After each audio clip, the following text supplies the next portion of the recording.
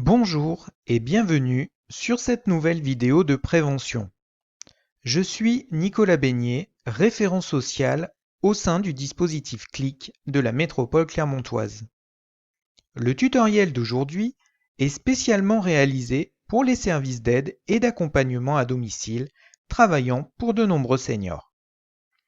Au plus près des personnes âgées, les auxiliaires de vie sont amenés quotidiennement à faire passer des messages de prévention santé, que ce soit pour l'alimentation, l'habitat, la mémoire ou bien d'autres thématiques.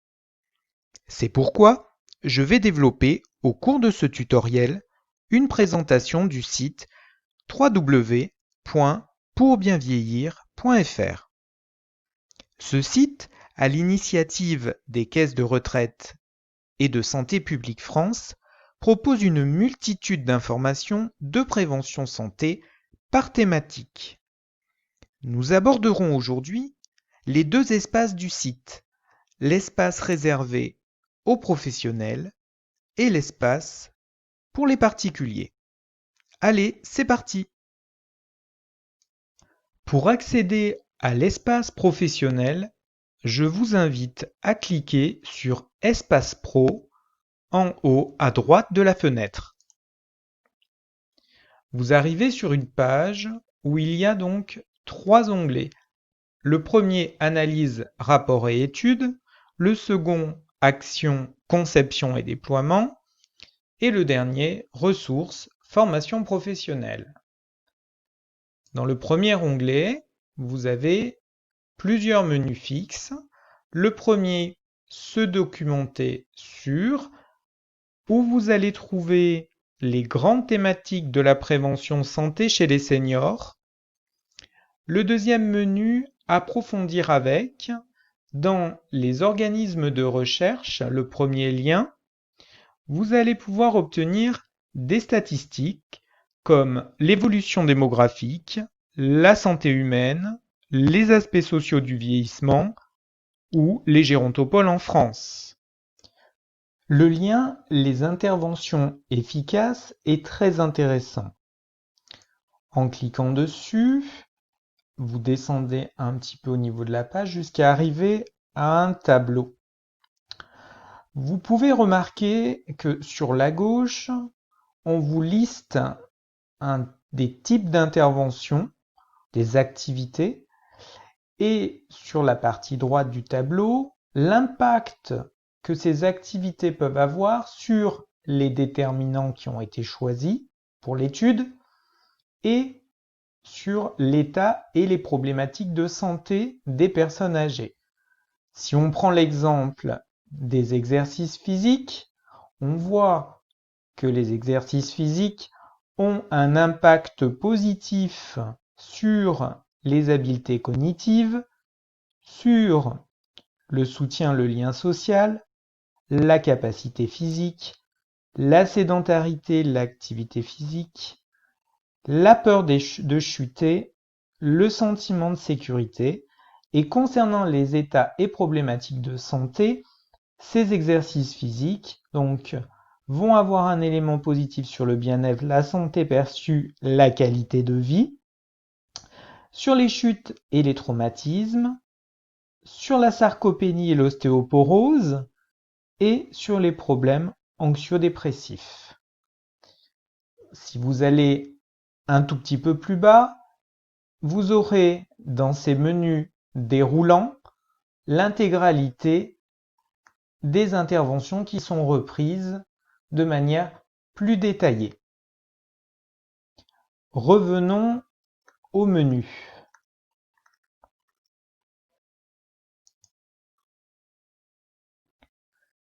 Dans le troisième menu, pratiquer une veille thématique.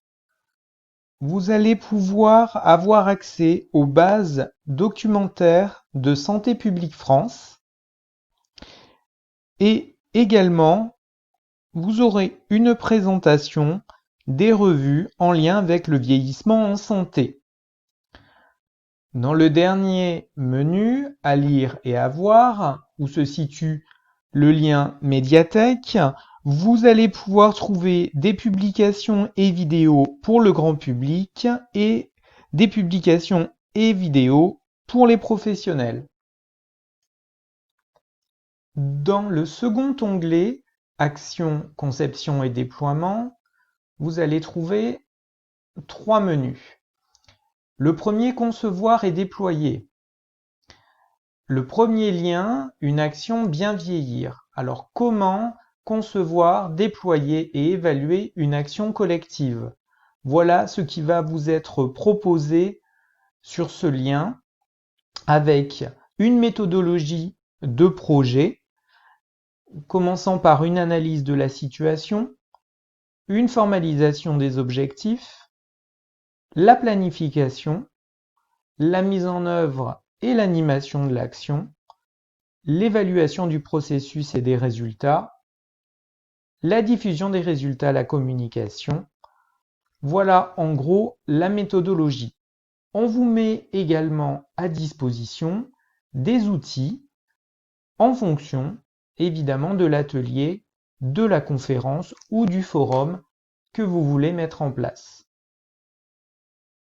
Dans le second lien, une intervention avec le dispositif Bonne journée, bonne santé. Sur cette page, vous allez donc avoir la présentation de ce dispositif. Il s'adresse aux professionnels de la santé, du médico-social et du social. Il est mis à disposition en commande directement par le site internet en cliquant sur commander. Ensuite, en descendant, vous avez le dispositif qui vous est expliqué et les outils qui sont mis à votre disposition.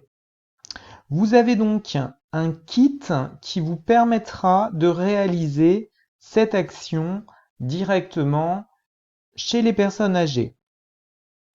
Vous avez des cartes de dialogue qui vous permettront d'explorer avec la personne ses connaissances en santé. Vous aurez également des fiches conseils professionnels pour avoir des ressources théoriques et apporter des conseils à la personne. Un didacticiel vidéo est disponible aussi pour se familiariser avec ce dispositif. Un livret d'accompagnement présentant les objectifs et la méthodologie du dispositif est également disponible. Vous avez aussi des affichettes contenant des mémos illustrés avec des conseils, un calendrier perpétuel qui sera remis à la personne. Vous pouvez remarquer que sur les angles, les documents, outils disponibles qui sont en direction des seniors sont avec une signalétique d'une personne avec une canne, alors que quand le document est plus général, vous allez trouver une petite valise. En descendant un petit peu plus, vous avez également donc des autocollants qui permettront donc toujours à la personne âgée de pouvoir coller, d'identifier de nouveaux objectifs de santé qu'elle pourra donc coller sur son calendrier perpétuel. Vous aurez également à disposition un dépliant de présentation permettant effectivement de présenter ce dispositif à la personne chez qui vous allez pouvoir aller. En dernier lieu, vous trouverez une étude préalable réalisée auprès de professionnels pluridisciplinaires. Cette étude s'appelle État des lieux, des besoins et des attentes des personnes âgées en situation de précarité en matière d'information relative à un vieillissement en santé. Comment consulter tous ces outils? Il suffit simplement de cliquer sur En savoir plus. À partir de là, vous allez avoir tous les outils accessibles en téléchargement également ou en consultation avec un descriptif plus important que celui que nous venons de voir actuellement. Vous pouvez donc passer d'un outil à l'autre avec les flèches gauche et droite. Vous voyez, donc ici nous sommes sur le dépliant de présentation. Les cartes de dialogue, également téléchargeables, tous les documents le sont. Les fameuses vidéos didacticielles qui permettent de présenter le dispositif. Les fiches conseils pour les professionnels. Le livret d'accompagnement. Les affichettes. Le calendrier perpétuel, etc., etc. Passons donc au troisième lien, des actions de prévention dans les résidences autonomie. Celui-ci, nous allons le passer puisque nous sommes plutôt ici sur une vidéo présentant la prévention santé pour les personnes encore au domicile. Le quatrième lien, une démarche qualité, va vous présenter donc comment évaluer son action de manière qualitative et vous aurez pour cela une référence à la charte d'Ottawa qui était la première charte internationale pour la promotion de la santé en 1986. Le lien suivant, une intervention auprès des seniors, va vous proposer les outils pour construire votre intervention en fonction de la thématique que vous aurez choisie. Donc, nous descendons un petit peu, voilà. On vous présente les 10 thématiques prioritaires du bien vieillir. Les voici. Vous aurez ici, dans chacun des liens déroulants, les différentes interventions que vous pourrez faire en fonction de la thématique qui vous intéresse, comme par exemple celle de l'environnement que nous avons ici. Voilà, vous trouverez donc les outils disponibles avec une analyse, se documenter sur les facteurs économiques, également des outils vidéo, un lieu de vie bien pensé, ou alors la vidéo habitat référentiel. Dans le sixième menu, une communication vers les seniors, vous allez pouvoir trouver des outils pour améliorer votre communication avec les aînés. Vous trouverez en particulier le rapport Gwedge suite au confinement de mars 2020. Ce rapport qui faisait état de propositions pour lutter contre l'isolement durant cette fameuse période de confinement. Tous les documents importants seront évidemment disponibles au téléchargement.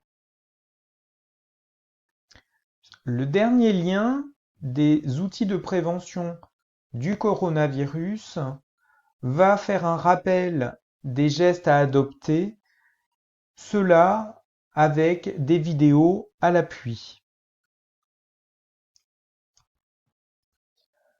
Dans le second menu Identifier, vous allez trouver les banques de données et d'expérience, les partenaires en région permettant de vous aider à mettre en place votre action, et ainsi que les réseaux de promotion de la santé. En Auvergne-Rhône-Alpes, nous avons l'IREPS qui intervient sur cette thématique, par exemple. Le troisième menu est composé de la médiathèque. Comme je vous l'ai dit sur le premier onglet, composé donc de publications et de vidéos pour le grand public et pour les professionnels. Nous allons donc passer au dernier onglet Ressources, formation professionnelle, composé lui-même donc de 3 menus. Le premier menu, se former. Donc vous allez pouvoir effectivement avoir des informations sur la formation, sur la promotion de la santé, sur la formation de manière un petit peu plus généraliste, la formation continue tout au long de la vie. Vous allez avoir aussi de l'aide sur les cursus diplômants et professionnels courts, mais toujours évidemment dans la thématique promotion de la santé. Et comment se former à un programme d'animation bien vieillir. Alors, c'est intéressant puisque dans ce programme d'animation bien vieillir, vous allez pouvoir, par exemple, vous former aux ateliers Vitalité. Ici, il vous présente le réseau formateur, les MSA, les mutualités sociales agricoles. Nous avons, nous, sur place, 16 rue Jean Claret, l'ARCEP Auvergne, hein, qui est une association qui a été créée par les grandes caisses de retraite et qui propose des actions de prévention en santé. Donc, l'ARCEP Auvergne est en mesure de pouvoir vous former sur des ateliers vitalité. Le deuxième lien, découvrir des ressources pour concevoir une formation. Ce point-là va intéresser surtout les formateurs. On va plutôt s'intéresser à animer une formation, hein, puisqu'effectivement, c'est ce qui est le plus intéressant pour vous. Donc sur l'animation de cette formation, vous avez deux possibilités, l'animation de groupe en présentiel et la formation en ligne appelée communément e-learning. Et en troisième, la formation des aidants professionnels à domicile. Concernant l'animation de formation de groupe en présentiel, vous aurez mis à votre disposition un document technique d'animation rédigé par le Comité régional d'éducation pour la santé du Languedoc-Roussillon, qui permet effectivement donc d'avoir les aspects techniques suffisants pour pouvoir mettre en place son action. Le troisième volet est très intéressant pour vous, professionnels de l'aide à domicile, puisque c'est une formation complètement adaptée à votre métier, hein. Donc vous pouvez avoir accès à cette formation, au guide de formation avec ce lien en cliquant sur guide. Le guide donc vous amène directement à la médiathèque où vous allez avoir la description donc de cette formation. Vous pouvez, de la même façon que je vous ai montré tout à l'heure, consulter le document ou alors le télécharger. Nous allons le consulter. Voilà, consultation sous forme PDF évidemment. Donc, nous avons des pratiques professionnelles des métiers de l'aide à domicile, avec des grandes thématiques: santé et autonomie, mobilité et activité physique, alimentation et rythme alimentaire, communication et transmission. Ces thématiques vont servir d'appui à la conception de cette formation.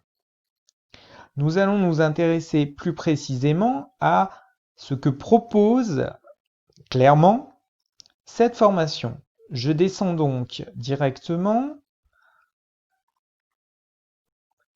Le programme de la formation prévoit au premier jour une identification des représentations et les définitions de l'autonomie des personnes âgées.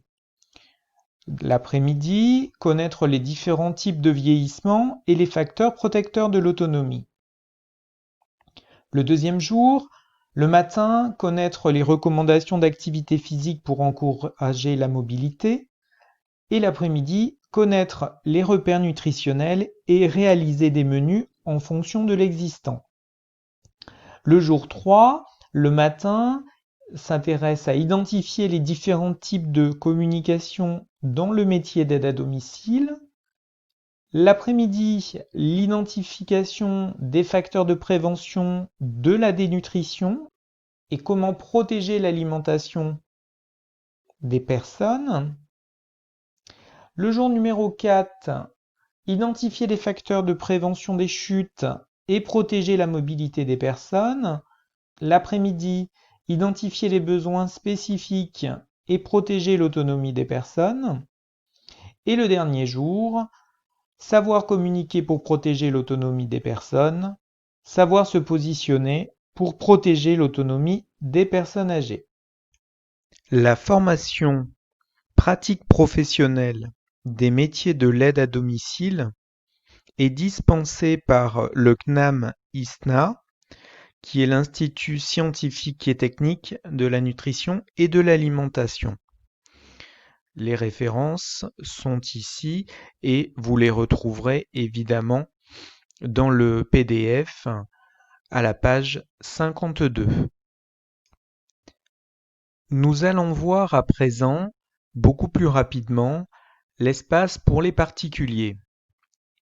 Donc pour accéder à l'espace particulier, je vous invite à cliquer en haut à droite sur Espace particulier, ce qui vous renvoie à la page d'accueil du site.